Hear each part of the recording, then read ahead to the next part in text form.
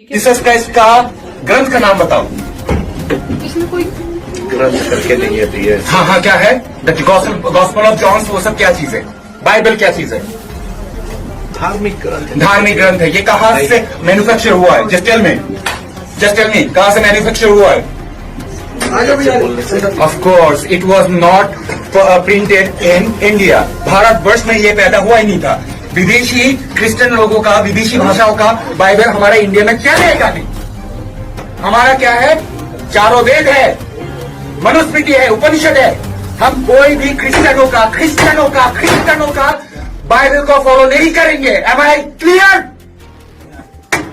बोलो ओम भूर्भुवः तत्सवितुर्वरेण्यं भर्गो देवस्य धीमहि धियो यो नः प्रचोदयात्। ओके, जय Shri Ram. Jesus Christ is not hours. Jesus Christ is not hours. हमारा कौन है? राम भगवान। थोड़ा सा सर्च कर लेता। अगर तुझे इतनी नफरत है, अगर हम किसी से नफरत करते हैं, यीशु मसीह से तुम नफरत करते हो, तो तुम्हें सर्च कर लेना चाहिए कि वो जिंदा खुदा है या नहीं। तुम्हारे हिंदू क्यों यीशु के पीछे पागल हो रहे हैं? क्योंकि अभी तक किसी देवता ने ये नहीं बोला कि मैं वापस दोबारा आऊंगा बादलों पर और तुम मेरे साथ रहोगे। किसी ने ये प्रॉमिस नहीं किया। दूसरी बात कि मरकर जिंदा हो गया, अभी तक कोई ऐसा ईश्वर नहीं मिला है। ठीक है, सच्चा ईश्वर जो है अगर किसी ने देख लिया, जिसकी आंखों पर से पर्दा हट गया है, वो किसी से डरेगा नहीं। उसको दुनिया में किसी को भी छोड़ना पड़े वो छोड़ेगा, क्योंकि उसको पता है कि उसको अंत में किसके साथ रहना है ना। तो और रही बात, ये पूछ रहे हैं कि बच्चे कैसे पैदा होते हैं। ठीक है, इनको बेचारे को पता ही नहीं है कि बच्चे कैसे, इनके माँ बाप ने इनको जो पैदा किया इनको भी नहीं पता है। तो सबसे पहले तो इनको अपने माँ बाप के पास जाके पूछना चाहिए कि आपने मुझे कैसे पैदा किया। अगर ये थोड़ा सा टकला पढ़ा लिखा होता तो थोड़ा सा सर्च करता यीशु मसीह के बारे में, तो बहुत इजीली हर जगह अवेलेबल है कि यीशु मसीह पवित्र आत्मा के जरिए इस दुनिया में आए थे। जो कुमारी मरियम थी, वो एक जब स्वर्गदूत आता है और स्वर्गदूत कहता है कि आपको परमेश्वर की इच्छा से ऐसे ऐसे एक पुत्र उत्पन्न होंगे और उसका नाम आप यीशु रखना, तो मरियम क्या कहती है कि जैसे परमेश्वर की इच्छा है वैसे हो, है ना। तो जब तक मरियम ने हाँ नहीं बोला तब तक स्वर्गदूत वहीं पे खड़ा रहा, इंतजार करता रहा।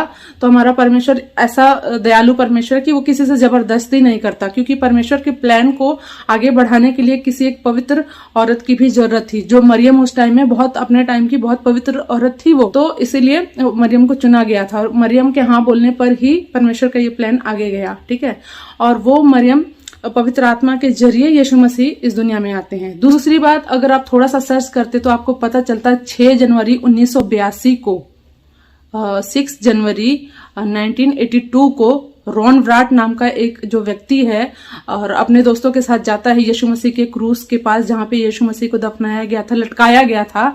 और उस क्रूस के नीचे से यीशु मसीह का जो खून बहा था पत्थरों के बीच से होकर एक नीचे तक गया था, वहां से यीशु मसीह का जो ब्लड है उसने कलेक्ट किया और उसको जांच के लिए लेकर गया, जहां पे जांच करवाते हैं, लेबोरेटरी में लेकर गया।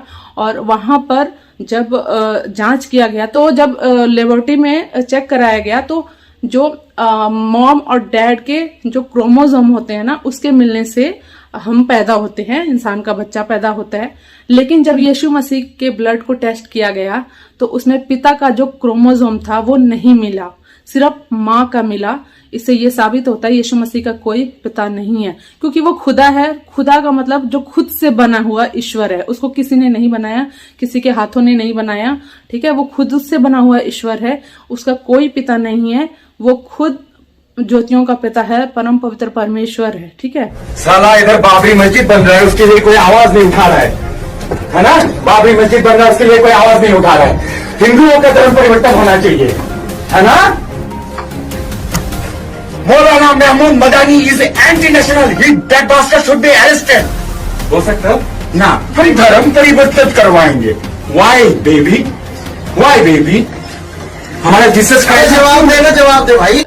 इसके बाद हम बात करते हैं कि ये धर्म परिवर्तन के बारे में बोल रहा है, तो इससे पहले आप ये वीडियो खुद देख लीजिए, फिर बताइएगा कि धर्म परिवर्तन किसने किया। आई हेट मोहम्मद, इसीलिए मैंने इस्लाम छोड़ा था, सनीउर रहमान से सत्यनिष्ठ आर्या बना था। आई हेट मोहम्मद क्योंकि मोहम्मद की वजह से ही मेरा नन्नू कटा गया था पैदा होने के बाद।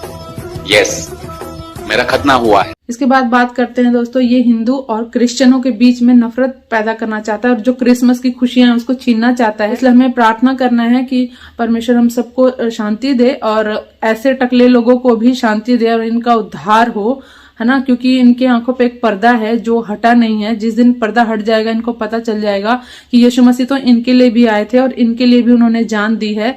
पर ये है ना कि लिखा हुआ है कि कुछ लोग शायद नर्क जाने के लिए ही बने होंगे। वैसे तो परमेश्वर इतना भला है, वो कभी नहीं चाहता कि कोई भी नर्क जाए शैतान के सिवा, लेकिन कुछ लोग अब शैतान को ही अपना बाप मानकर चले हैं तो वो तो जाएंगे ना।